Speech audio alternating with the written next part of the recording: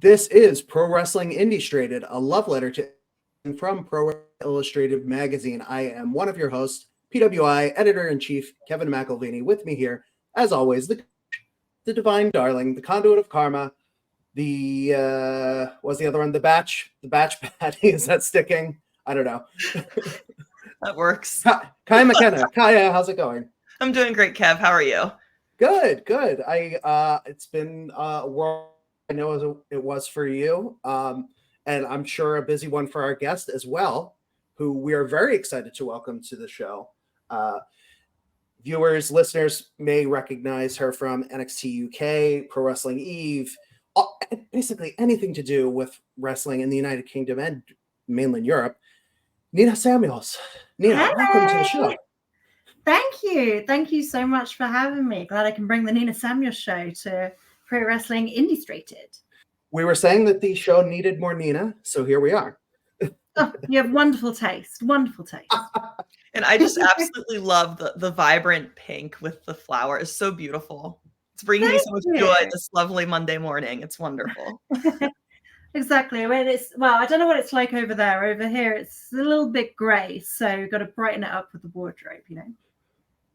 Sure. Yeah. It's we had about a solid month and a half here where it was like that, but I mean we're getting a little bit of a break with it right now. It's actually going to be more or less a summer day today here outside of Philadelphia. So my most recent American experience of weather was horrible when I was out for WrestleMania. Yeah, it was chilly. It was a little cold. That's actually pretty typical weather. I grew up in Philadelphia. I still live in the area. The magazine is based out here, and I was a little bit surprised happy that WWE decided to have the show there, because not just WrestleMania, but all the other things that happen around it. But like, okay, early April and a building that doesn't have a roof on it. Okay, we'll see. I was like third row from the back on night one, and I just come like straight from a couple of signings. So I was not dressed in my thermals. I was wearing like my sequin trousers and stuff, like freezing. I was just buying hot chocolates just to attempt to warm up and not get hypothermia. Still a fun night, but yeah, the weather was weathering. We brought they have these little packets that you can like just shake and they get really warm. They're like hand warmer packets, and I had a bunch of them in my truck, so I like stuffed those in my jacket and was just like passing them down the line because we were all just dying freezing cold too. Damn, I should have been sat near you. Yeah, I definitely was prepared. Oh man, well, I think this is wild. I think they were actually left over in my truck from that GCW Fight Forever show that was in Philadelphia in 2021, because there was no heat in the venue and it was like 19 degrees. So I bought a pack, and I guess they just survived the test of time. Right, that was early pandemic. It's good you had them. You didn't have 71,000 of them, presumably. I did not back a truck of them up, unfortunately. Yeah. Well, I'm glad you had a good WrestleMania weekend and you got to experience the lovely city of Philadelphia. Yes. Well, experience it without doing any kind of sightseeing, whatever. But I was there just doing everything wrestling related, catching up with my old friends from NXT U.K that are living over there now. So that was so nice catching up with everyone. And yeah, I couldn't tell you anything about the tourism or any sightseeing in Philadelphia, but I had a great time. Well, that means you just have to come back. So you can see and have some matches. That's all. Exactly. Still waiting to make my US debut, so I need to come back and make it happen. Wow, that's surprising. You've been just about everywhere else. Kaia, I know you were very interested in talking about one particular picture. Yes, I love the Ultimo Nina photo with all of your titles that you have collected in your travels. I think that's really cool. That's always been a career goal of mine, is to be able to recreate that photo, just because I like Ultimo Dragon and I love the optics of that. It's amazing. But let's talk a little bit about all of these titles. How many is it in total that you are currently holding? Now it's 10. 10. So when I did the paying homage to Ultimo Dragon with the blue background, when I did that photo, I had 8. Because unambitious of me, I thought that was my peak. So I booked in a nice photo shoot with James Musselwhite to, document it. And then I just won a couple more and messaged him like, whoops, I won 2 more. So I'm going to see him at Riot Cabaret this week. So I'm going to bring all the belts with me there, which let me tell you, bringing all, because when people say, why don't you like do the belt collector entrances? I'm like, do you not realize how heavy that is? Like, I wouldn't be able to walk, like just getting a picture, like standing there briefly. I'm like, oh, wow, that's a good arm shot. But yeah, it's a good arm workout. And like even on my neck, because I have them. Oh yeah, it's heavy. Well, that's really heavy too. So even just transporting them. Yeah, I can't imagine a suitcase. You would need like a suitcase just to put belts in. Like if you had to take them everywhere, like if you had to take all of your belts, you'd probably have to check a bag with just the belts. And that would be way over the weight limit as well. Oh my God, yeah. They'd be like, what's in here? So when I took them to a show, I got with Head Drop Photography recently, I got a picture with all 10. And I had to take 2 separate suitcases. So one was my regular show suitcase and the other was belts. So with the expander on, I can fit 9 belts in one small case, just about by like Tetrising them, and then one in the other one. But it is heavy, let me tell you. Yeah, and like I don't know how it is over in the UK, but like here, like TSA loves to flag and create headaches over belts being in your luggage. It is something I've seen many wrestlers have to deal with on Twitter. It's like you're running late, you're trying to get to your gate, and they're like, "What is this?" And then they want to have a huge conversation about it, and it's like, "Oh, trying to make a flight, brother. Come on." It's the same thing like whenever someone that you don't know asks you what you do for a living, and you say you're a wrestler. It's never just a straight up conversation, like straight up, "Oh yeah, this is what I do." It's always a full on conversation, and then it depends how much the conversation, depending on what they know about wrestling and what they don't. But yeah, luckily most of my belts are from UK promotions. I say most. Okay. So I haven't taken many on flights. Yeah, I took a couple with me to the States. I couldn't take them all because that would have been my entire luggage allowance. But I took 2 with me. So I took my Riot Cabaret Women's Championship because that was the first one that I won. So I won that 5 days after NXT UK finished. So I'm over 600 days with that one now. And I took the Pro Wrestling Eve Championship as well because I thought that's probably the most internationally recognized championship out of the ones that I got. So they were the 2 that I took with me. And you know, readers of the magazine, listeners and viewers of this podcast, I think probably again most familiar with Pro Wrestling Eve. That's your second reign with the top championship there, right? And it's a very big deal. So that's huge. Talk a little bit about some of these other promotions that you hold championships with, where you know maybe people watching, listening to this don't know as much about them, such as Riot Cabaret or Wrestling Cult in Germany, right, and various other places. So Riot Cabaret is a London-based promotion. I've been with them since their second ever show. And my first show with them was, as I say, 5 days after NXT UK finished. So winning the championship there was a great post-WWE statement, like starting as I mean to go on. They are such a fun show. They're a great show. They have something for everyone. They appease casual fans who don't know much about wrestling, who just come for a fun night out. But also there's enough wrestling there so that, you know, really hardcore wrestling fans can enjoy something as well. Like right now we've got Michael Oku is the Riot Cabaret men's champion at the moment. And he is defending, what day are we coming out with this? Let me get my timeline straight. So probably today or tomorrow. So okay, great. Yeah. So yeah, on the upcoming shows, I'm wrestling Alex Windsor, which I'm super excited about. Wow. Love her. And we've actually not worked each other very much at all. A lot of our career spans sort of missed each other. So because she stepped away for a bit, right? And then so when she was sort of first around the Eve scene, things like that, I was still coming up. So I wasn't really on the same level of show she was. Then she was out with an injury just as I got to that point. And then again, similarly, I was away with NXT UK when she came back, and then she was out with injury, which she's come back from. So we've kind of missed each other a lot. So I think we've worked one singles match before. So yeah, I'll be defending against her. Michael Oakley's defending against Mark Andrews.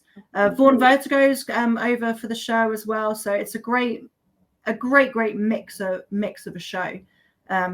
Always something for everyone. We have things like Cabaret Carnage matches. Last year when we had the All-In weekend, I did for the musical theatre fans in the crowd. And there's a lot of the venue actually has quite a big drag audience because they do lots of drag shows there.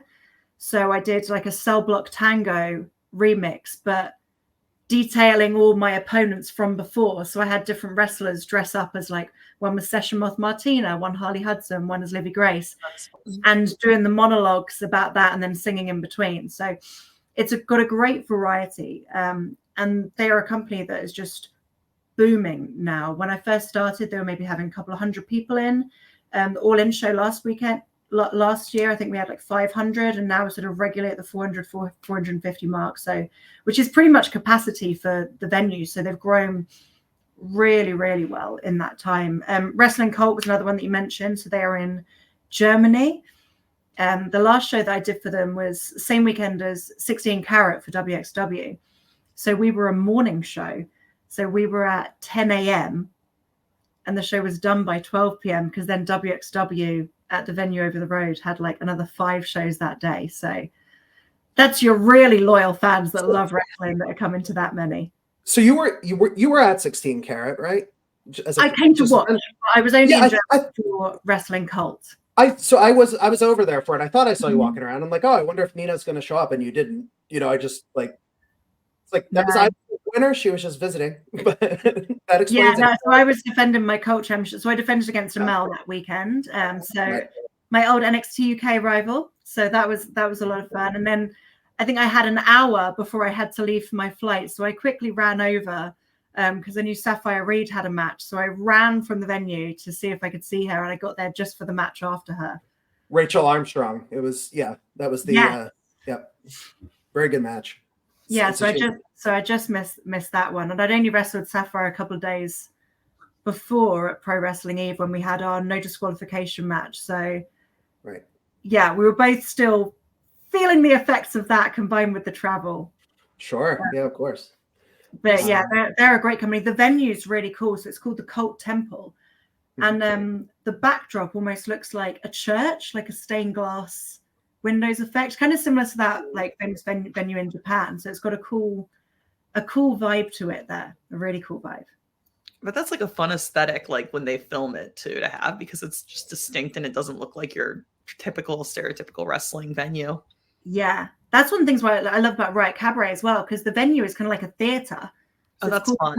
Brand, and it's actually got boxes around. So some people like pay to book out a box for like a night out with friends. So again, it gives it a different vibe. And Session Moth Martina's done her entrance coming down. Mm-hmm. She like appeared in one of the boxes before and then worked her way down through the crowd. So it's got a very cool, like different vibe to it, which is a lot of fun to work with. Sounds like it's perfect for the Nina Samuels show. Oh, it's so perfect. It's a match made in heaven. That's why I'm over 600 days as champion. I can't give that one away to anyone. The only venue here that I can think that is similar to that would be like Grandel Wrestling in St. Louis, where they have like the tiered seating. And they might have 1 or 2 show boxes, but they also have like tables like you would see in a theater where it's like a booth with a table. Nice. It's really cool too. So I can only imagine how cool like the actual theater stand up is. Like, yeah, and they have awesome. some tables on the stage as well. So like round tables that you can sit on. So the entrance comes like down a red carpet with like a rope and post down the middle. And it's one that my family sometimes come to because it's quite convenient for them. And they've worked out the perfect table to sit, which is right by where the entrance is, because it means I can like sneak in between matches and just sit and have a chat to them, like where there's a curtain, so no other fans can see me, but I can like sit and say hello to them. So that's really nice. Well, speaking of defenses, you have a pretty big one coming up at Progress, where you'll be. No, actually, it should be challenging. You'll be challenging. Yes, challenging. Challenging these days. It's always defenses, you know. I know. I'm just, you got 10 titles, so I was just assuming everything's a defense. So you will be challenging for the Progress Women's Championship in a 4-way ladder match against Rhio, Lizzie Evo, and Kanji. And I know that you are coming into this match with a little bit of experience from a ladder match you had in Eve in 2018. So do you think that will help you and will be a great assistance going into this big match? Oh, of course. I'm undefeated in ladder matches. I've had one. Ooh. That's what I'm undefeated. Yeah. Right. So that was, a long time ago, man. So that would have been, let me do maths, 2018. Mm-hmm. We did that one. Yeah. So yeah, that was a lot of fun. Painful. I feel like it's going to be more painful this time because there's less people in it than were in that Eve one. Right. So I feel like if you divide the carnage between the there's less damage. There's more damage to go around. Absolutely. Yeah, there's less people I can throw in the way of things to save me from taking the mad stuff. Yeah, I'm excited for that. Like the talent that's involved in that match. Not just talking about myself when I say the talent. But I mean, 3 women that are like Lizzie Evo's doing amazing things right now. Like I don't know how many people in the States are familiar with her, but she just did a big tour in Australia on Mickey James's show Her. Mm-hmm. She took a widow's peak off Victoria. I mean, it looks painful, lately, so she's definitely getting out there. Oh yeah, 100%. And of course, Rhio was just out there in Philadelphia as well, been busy as well because she was on the Tokyo Joshi Pro show too. Yeah. And I believe she had another match against Hyan. I forget where, but so she was quite busy that weekend. So she was actually Hyan. That was actually on the show that I put together. And Hyan missed her flight. So what ended up happening was last minute Rhio had to adjust because she had to defend in a triple threat against Delmi Exo and Shazza McKenzie. So it ended up being this real, and you know, I don't envy you being in the ring with Rhio after watching her up close and seeing how hard she lays in those strikes and everything. So you're gonna, that's giving her a ladder. They're all beasts. Like there's a match that I had with Kanji at Progress in January. There's a move that she does where you're like sat in the ropes hanging down and she just does a kick to the back. Well, she did 3. And I actually have multiple people sending me different angles that they saw from fan footage. Like I can see your soul left your body. And they can, that's a rough one. See, like the crowd was shouting, one more time. No, please don't. Leans into me, and you can genuinely, without even looking really hard, see me go, no. I've been on the receiving end of similar things where you're just like you're just feeding your back and like, okay, what's coming? And that one certainly does make you reconsider your career path for a second. Yeah. You're like, okay, what am I doing here? And then people and Lizzie, I don't know if you've seen them. So one of the pictures that I released from my Title Tuesday, which I've done a lot, which is releasing a picture of one of my different titles each Tuesday. One was me with my Rise Women's Championship covered in blood. And that was at the hands of Lizzie Evo. So this match is going to be carnage. Like between those three, I'm going in like wrapped in bubble wrap to be able to have any strength to climb the ladder at the end. Like that is what these women can do without any ladders or weapons involved. So no one is holding back in this match. Like from what I know, this is the only women's match on that entire weekend. So you know that everyone is going with a point to prove in that match. And last year at Progress, the match that was being talked about by everyone the most was Clock Strike Midnight match between me and Alexis Falcon. So the women have stolen a weekend before, and we are going to be hell-bent on doing it again. I say we. I'm not in cahoots with any of them on this. I just know their attitudes, and I know that we're all going to be trying to outdo each other and outshine each other in this match, and that's where you're going to get the magic.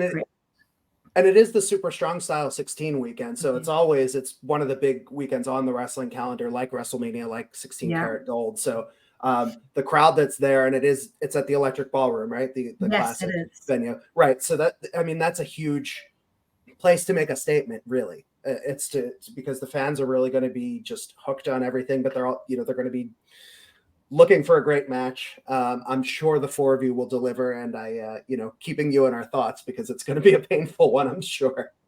Oh, you're Team Nina for sure, right? We just have to get that. Of course. Yes, of course. Yeah. I just had to check that. And you said I'm in your thoughts. I'm like, because you think someone else is gonna. It's going to be an ordeal, but we're confident. Honestly, with their proclivities for violence, I say a great strategy is just getting them so caught up in the carnage you can just sneak up the ladder while they're beating the hell out of each other. I'll just hide. Just let them hide. It sounds smart to me, Absolutely. Yeah.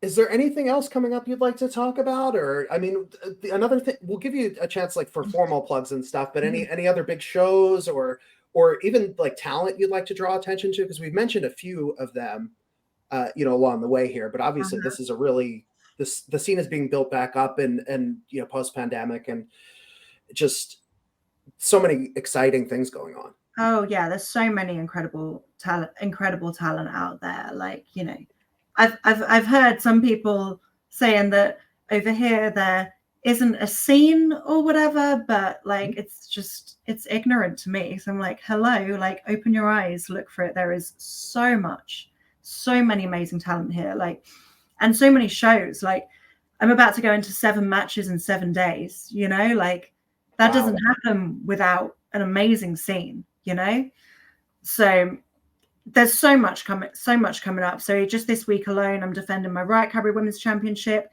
defending my Eve Women's Championship against Sue Young. So that show's going to be, that's for Pro Wrestling Eve. So that show's going to be streamed live on YouTube.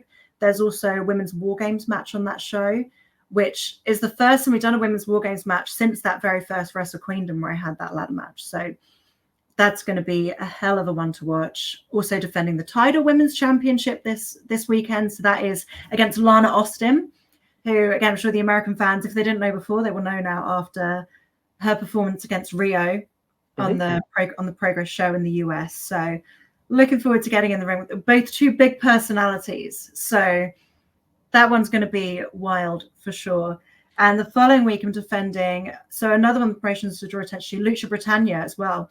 So Lucha Britannia's one is actually essentially what I used to call my home promotion. I say used to just because there isn't the school there now that it used to be. It used to be attached to a school all in the same venue. But even though the school's not running anymore, the show has made a comeback. And I won that championship back at the last show. And I think that's my 5th reign. My 5th reign as the Lucha Britannia Championship. And at the time when I first won it, again, to my knowledge, I was the first woman in Europe to win the main title of a promotion that wasn't specifically a women's championship. I think Kimberly did it over in the States like a week before me or something like that. But in Europe, that was a pretty big deal. So winning that championship again meant a lot for me because it's a promotion that I'm very, very proud of. I say of course, it is absolutely not me. It is La Dia Blessa Rosa, who is completely a different person. We have to go back and despite the fact that she posts off the Nina Samuels Instagram account and has Nina Samuels holding her belt. Yeah, I'm not keeping that secret well. I'm not there. That's all right. Lucha Britannia's been a great one. So as well, I remember when NXT UK first put in the no intergender rule that we had, most of the roster were men at the time. So that meant they had to get creative. So when we had a wrestler from the States over, I got to wrestle them. So I had a match with Holly Dead, which was really cool.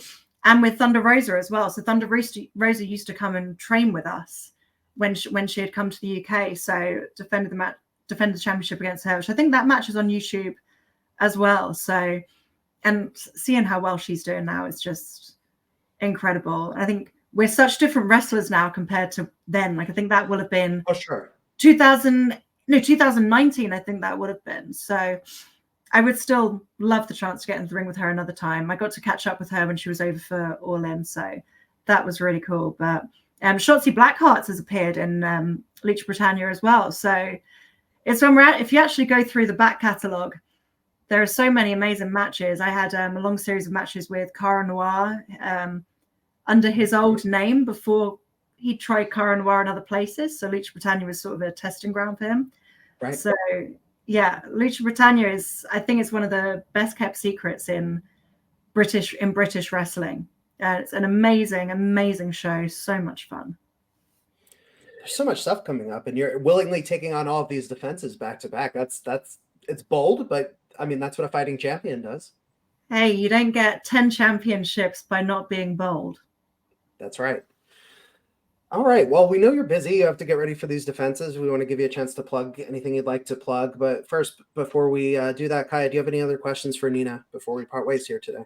No, I think that's a wonderful ending note, honestly, is to win 10 championships, you've got to be bold. Fortune favors the bold, and closed mouths don't get fed. So maybe we'll loop that in with our witchy wisdom this week, is that's how you do it. Everybody's got to remember it's okay to be bold and get what you want. 100%. And when you get to 8 championships, don't think, oh, well, that must be it. There could be more. So, yeah, I don't even know if 10's going to be the end. Maybe there's going to be even more than that. But it's an achievement that I am super proud of. Like, aside from Ultimo Dragon, I don't know of anyone who's done it before. My family keep asking me to like get in with Guinness World Records. So if anyone's watching that has a contact with Guinness World Records, there's hoops to jump through, but I'm trying to get it recognized. I'm trying to think of stateside if there's anyone who held, I guess Viva Vaughn, she holds, pardon me, a couple championships. She's 6 or 7, I think. 6 or 7, yeah, but not 10. Yeah, she's got quite a few. Not 10, but quite a few. So not but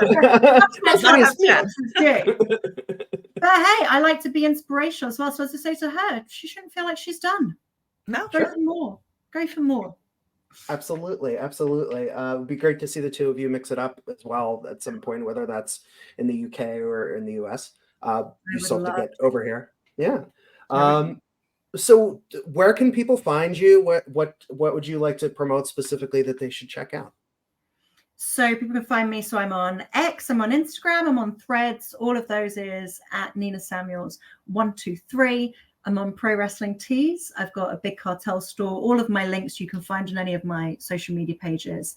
I've got a Patreon as well, which I'm still fairly new to Patreon, but I started up that and I'm really, really enjoying it. So the whole idea of Patreon is like, most of my social media is very in character promoting stuff. So the idea of my Patreon is just to look behind the curtain. So some backstage photos, vlogs of my show days, things like that. So it's been really fun sort of showing another side to me to, you know, all the people that have joined my Patreon so far.